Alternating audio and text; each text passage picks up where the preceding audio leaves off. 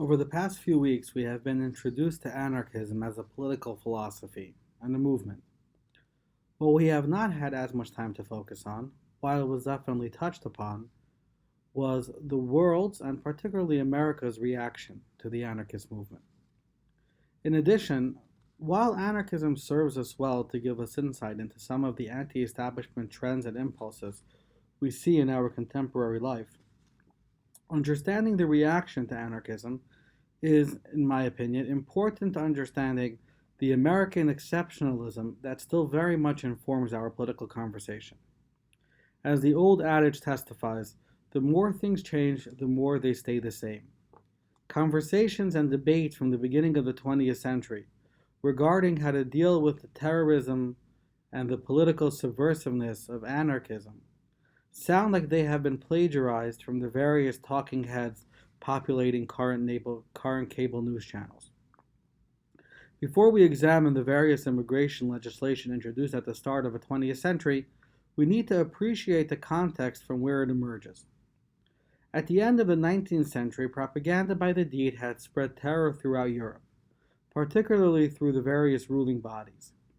Anarchists had already at this point attacked and killed Alexander II of Russia in 1881.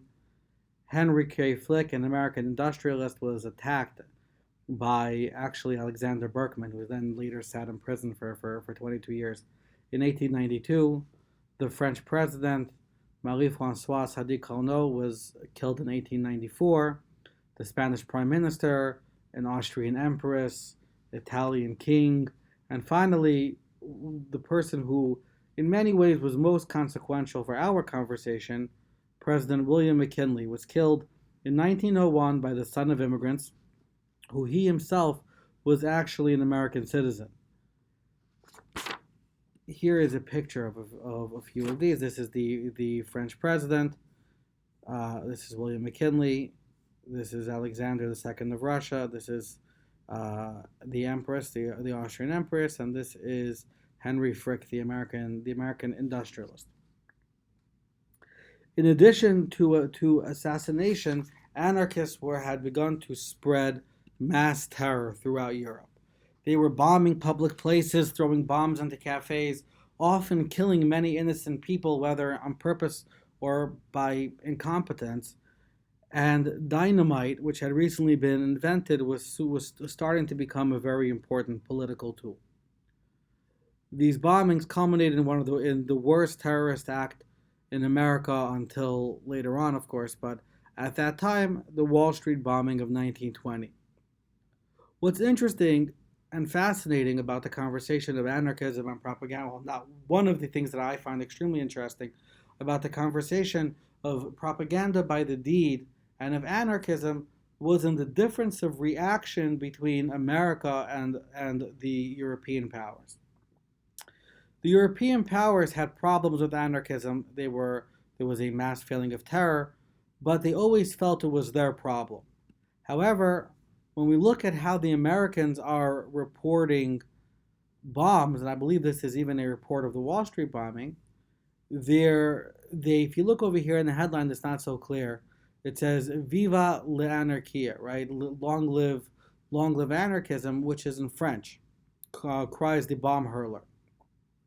To them, anarchism was something which was imported from Europe. It wasn't native to America. The Europeans realized that anarchism is a tremendous problem and they have to deal with it. So the first international conference is held in Rome in November 24th, 1898, and the various European powers got together to brainstorm what they can do about anarchism. America refused to attend, and the claim was that most of the policies that can possibly be presented at this will not work within the American system of government. Here, America is the first place where we're going to see this conversation. America takes itself out of the conversation of how to deal with anarchism from the rest of the world. America feels that somehow it's different, somehow it's unique, somehow its problem of anarchism cannot be generalized to what other people are dealing with. At this conference, the Europeans present a bunch of different initiatives to use to battle anarchism. They want to prohibit the illegitimate possession and use of explosives, prohibiting membership in anarchist organizations, the distribution of anarchist propaganda and the rendering of assistance to anarchists was made illegal, and the death penalty became mandatory for all assassinations of heads of state, and the beginnings of an international police cooperation to identify and track anarchists. Of these initiatives, very few were actually practically implemented. For one of the main issues was that they did not have Spencer, and therefore the definition of what anarchism was actually incredibly ambiguous. And this is a problem that was dealt with in America, it was dealt with in Europe, that people knew that they didn't like it, but they couldn't actually figure out what it was. And this made dealing with it on the level of speech or propaganda, anything that wasn't action could be clearly described, but philosophy or belief or statements are harder to parameterize, and that made these things very impractical to implement. In addition, not everybody wanted the death penalty to be mandatory for all assassinations, but what did come out of this was a very important concept, was really the beginnings of Interpol as we know it, where the various police forces in Europe realize that they have to start cooperating. They begin to track their local anarchists, they begin to identify them, and there is some sense of the importance of interagency collaboration. None of this happens in America. There were some ideas in the very late 19th century with the Ford Commission to possibly try to deal with it on the level of immigration, but Americans were really not dealing with anarchism as a general problem, and they definitely did not see any need or any value in embracing or accepting any of the European initiatives, or even seeking any sort of cooperation with Europe. There were formal requests in place for European nations not to send their anarchists to America, but ultimately the Americans chose to deal with this very differently. And I believe that the reason why the Americans did not engage with the European approach was primarily for 5 reasons. The first is that America did not have a federal police force. The FBI did not come into play until 1908, and it was done by a trick or so by President Roosevelt, who waited until Congress went on recess, and then he created a federal police force. But there actually was no federal police force until this point. There was the Secret Service that dealt with counterfeiting and dealt with certain federal crimes, but they were really not equipped to kind of do anything federal on a large level. And this was very debilitating for any attempt to try to do mass policing and mass surveillance, because cooperation between various local police departments was obviously not that great at that time. In addition, there were many of these solutions seem very un-American. Repressing free speech, repressing political dissent, repressing political opinion is something which Americans found very repulsive, because America was ostensibly founded on the premise of free speech and political freedom, and this was really not such a value in Europe. In America, all these things were a tremendous value, and people found any sort of restriction to be very antithetical to what America was all about.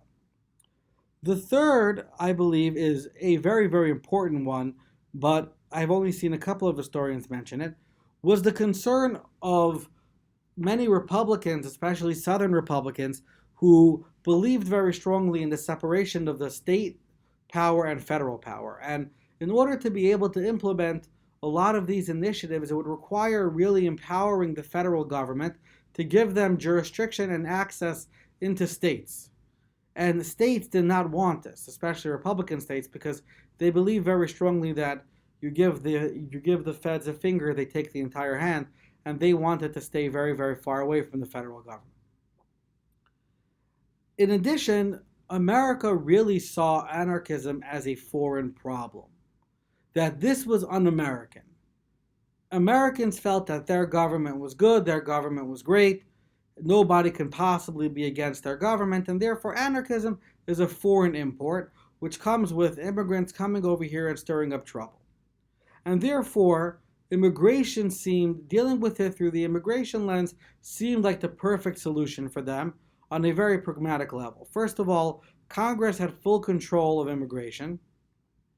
Therefore, it didn't require any police, it didn't require any kind of collaboration. Congress by itself had full control, and this was enshrined in various Supreme Court's rulings, that Congress really had the power to enact whatever immigration policy they wanted. In addition, Americans did not particularly see the rights of immigrants as being the same as theirs, and this actually was enshrined in law. That constitutional liberties, this was happened during the court case of a man named Turner when he came to America. He was actually defended by Clarence Darrow. And in that court decision, the courts say that the constitutional rights that we have do not apply to people trying to immigrate. They don't have constitutional protections. And therefore, all issues such as freedom of speech and freedom of political expression are not relevant to them. And therefore, dealing with it on the level of immigration is very convenient. Also, immigration is something which is given to the federal government. They don't have to rely on states to do. This wasn't true in the mid-18th century, in the mid-19th century, but later on, the courts already enshrined that immigration became the province of the federal government, and this was their way of dealing with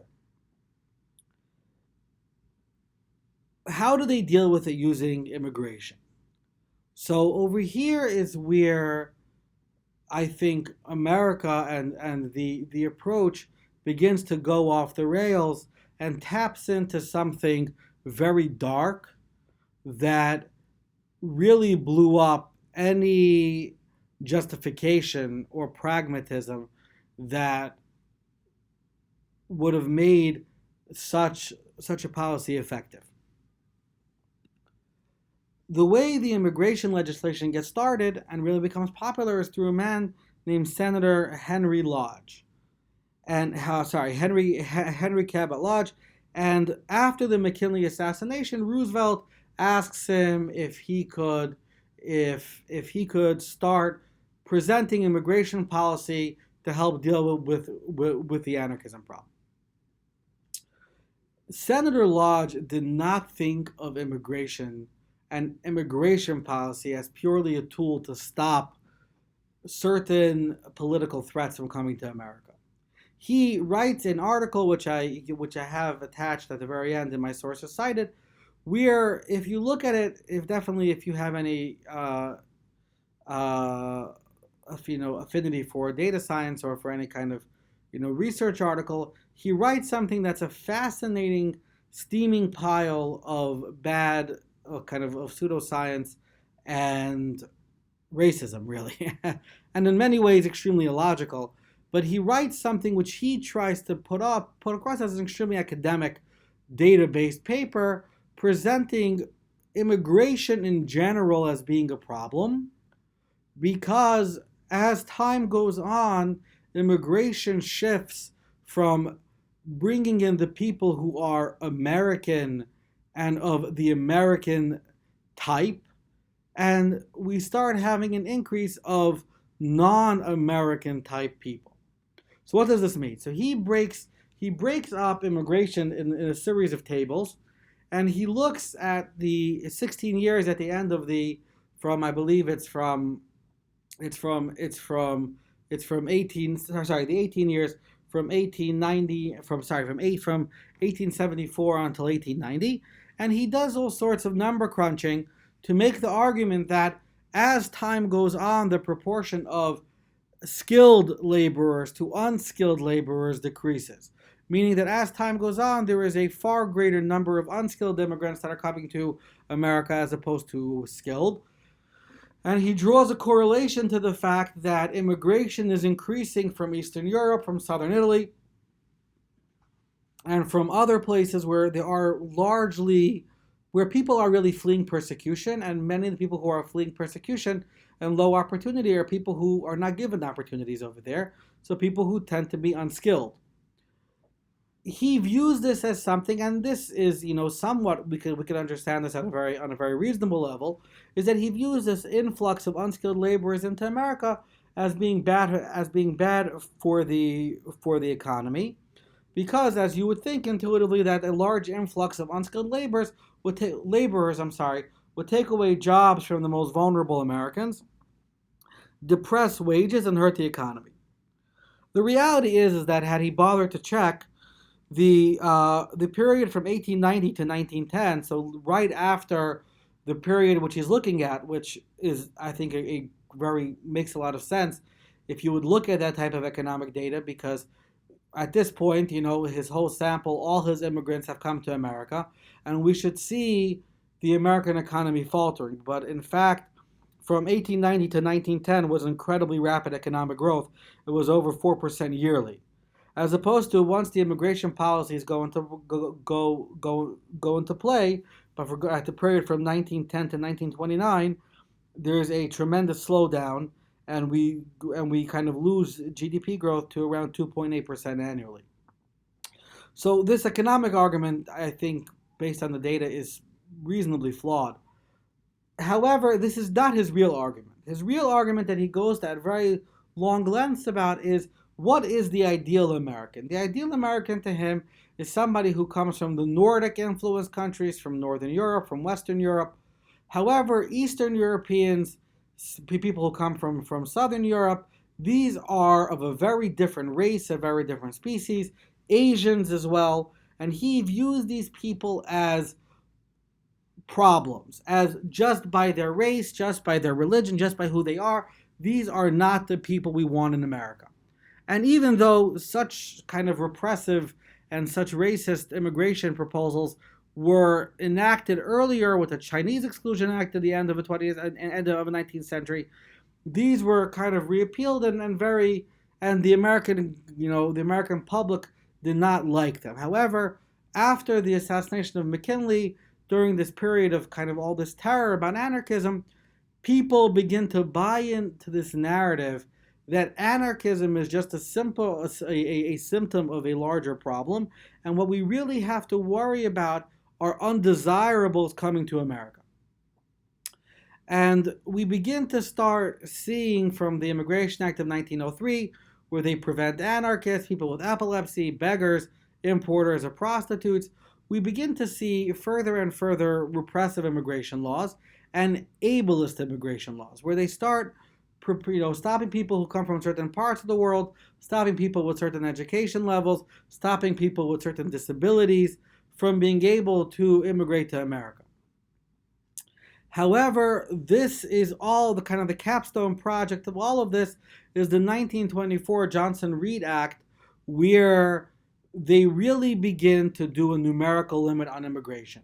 They take the 1910 census, they look at the ethnic and regional breakdown of the United States, and impose quotas based on percentages based on that. So, meaning, if there was less Eastern European immigration in 1910, so therefore they will take the number that is 3%, and no matter how much the country has grown until then, they will not allow more than that number into the country.